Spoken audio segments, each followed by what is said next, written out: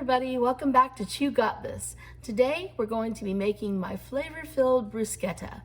This is definitely a party favorite. It's super cheap to make, very easy, and you can get the ingredients at any grocery store. So let's get to preparing these ingredients. All right, to start we're going to need 2 vine ripened tomatoes, about 3 Roma tomatoes, and I love using these Campari tomatoes because of they're very, very sweet. And so it's good to use a mix of different kind of tomatoes just because, you know, or you can keep it the same. It's just easy as you want to make it.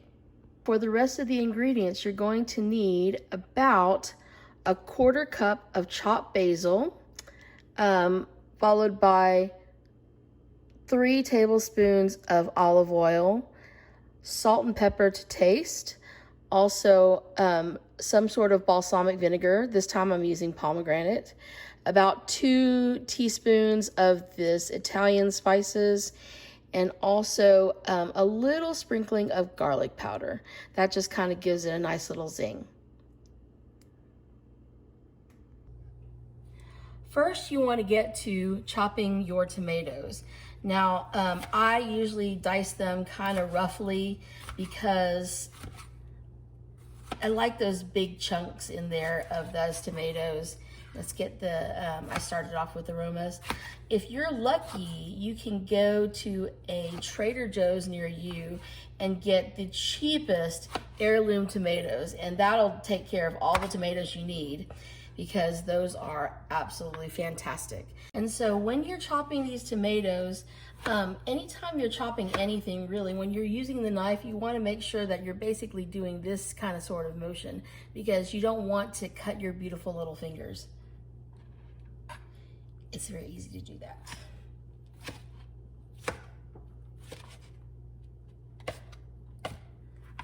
See, so you're going to get roughly this size tomato.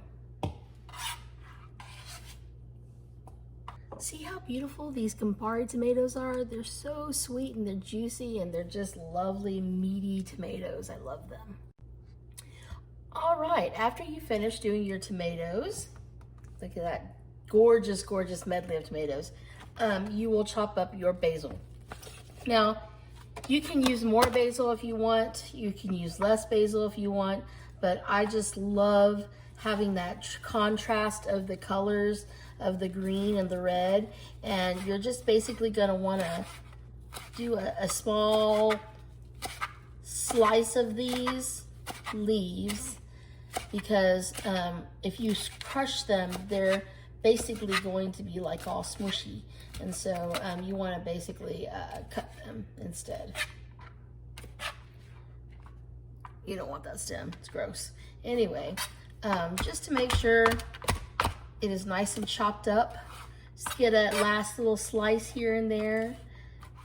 Ah, gosh, I wish that you had like smell-o-vision, because this smells delicious. Okay, now you're gonna put that into your tomato mixture. Okay, get all those lovely little goodies in there. All right, and now comes the seasoning part. Now, I said roughly about 3 tablespoons of olive oil, but I really just love to douse it with the olive oil. No one's having any trouble with that. You just get that little thing going there. All right, good. And then I like to put the spices in this order: the oil first, and then you do a little salt and pepper to taste. Make sure it's not the open side, the whole side. I've made a mistake of like randomly dousing my food with like a giant glob of salt at some point. Then you gotta start over again. But it doesn't need that much salt, because it just brings it all together with that balsamic vinegar. See, you get a little bit of pepper just to taste, just because you feel awesome just using this whole like grinding motion. Anyway, little sprinkle of garlic powder, because you don't want it too crazy. All right, and you want to put about 2 teaspoons of this Italian flavorings. They have like this little seasoning that just mixes it all up. It's got all this good stuff in there. All right, and now you take your balsamic vinegar and you douse it a little bit. Not too much because it's gonna be overpowering, but just enough to kind of like get the feel good. All right, now that you have all of your ingredients together, you're going to want to take a spoon and mix it all up. This is the fun part because it's magic. You just take it, take little rounds there. See this lovely, beautiful, beautiful, beautiful stuff? Those colors, that pomegranate balsamic, and just beautiful. Just like that, you have your bruschetta mix. Now, here is the secret to having the most amazing bruschetta experience. You've got the ingredients put together for the actual mix, but it doesn't stop there.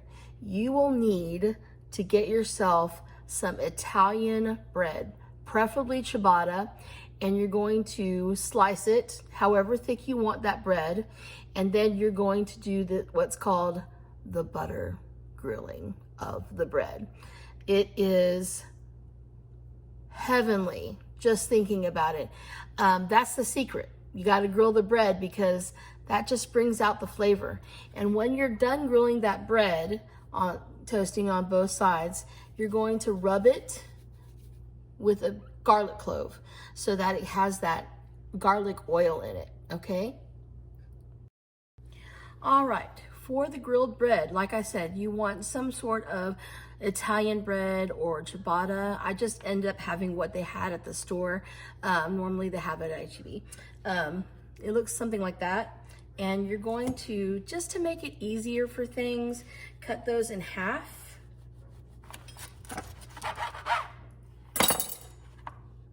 Yay, bread. Now, there's butter and there's good butter. You are going to have to look into getting some European butter because those are really good. I recommend however you pronounce that one, okay? And you're going to take this and you're going to just use as much as you want to use because butter is the gift of life. It's in everything that you want to cook that makes it just delicious. And look how pretty. Okay, so you take a little bit, let's just say, start off with 2 tablespoons, okay? We're going to put it on medium-high heat. See, I'm just putting it in a pan. And we're going to kind of like grill these on both sides, making sure that each side gets like enough butter to kind of make it nice and golden brown. Now, if you burn it, you burn it. You have a whole loaf to use, so it's okay. Now, while you are waiting for your butter to melt, just the first round, you're going to take your knife, okay, and you're going to take 1 clove of garlic. And this is the easiest way to peel. You take it and smash. You just did a little Hulk smash on that, and here comes your garlic out in a clove. Easiest way to do it, and you don't have to find that little like thing going on there. What you're going to end up doing with this garlic clove is after you finish grilling the bread, you will rub it with the garlic clove.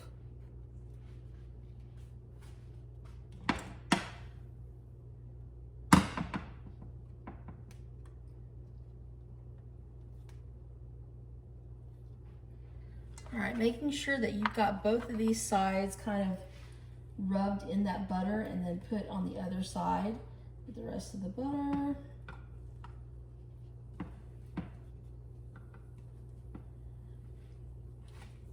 I know, I'm kind of gutsy when it comes to working around hot pans. I'm not really scared of burning myself, but please be careful because not everybody likes fire on them, so.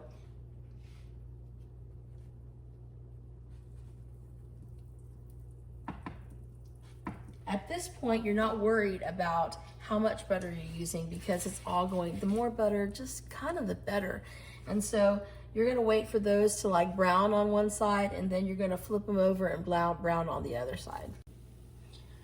Okay, so we're getting them about brownish there for your toast, and I'm just toasting the other side. Hopefully you don't burn that and get that toasty flavor on both sides. All right, now I'm just going to kind of like turn off this heat. You're going to be able to make as many of these as you want.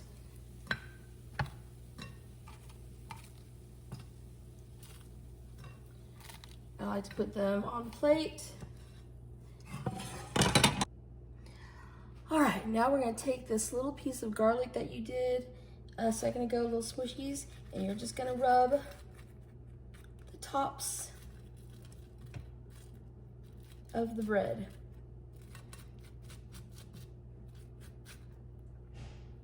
I know you're thinking, well, how's that even gonna, the oils are what make it taste nice and garlicky. And so you don't want any of that raw garlic staying on there.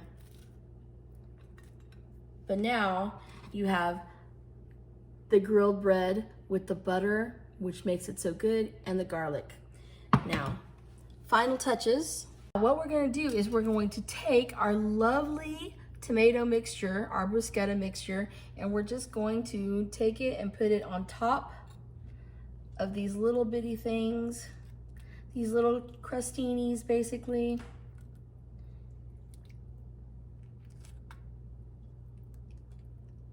Oh my goodness, I can't wait to taste this. It's gonna be so good.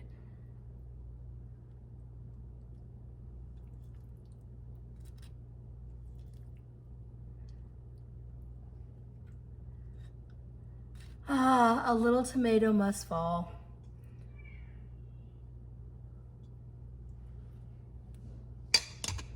Here we go. We got our bruschetta on toasted grilled bread.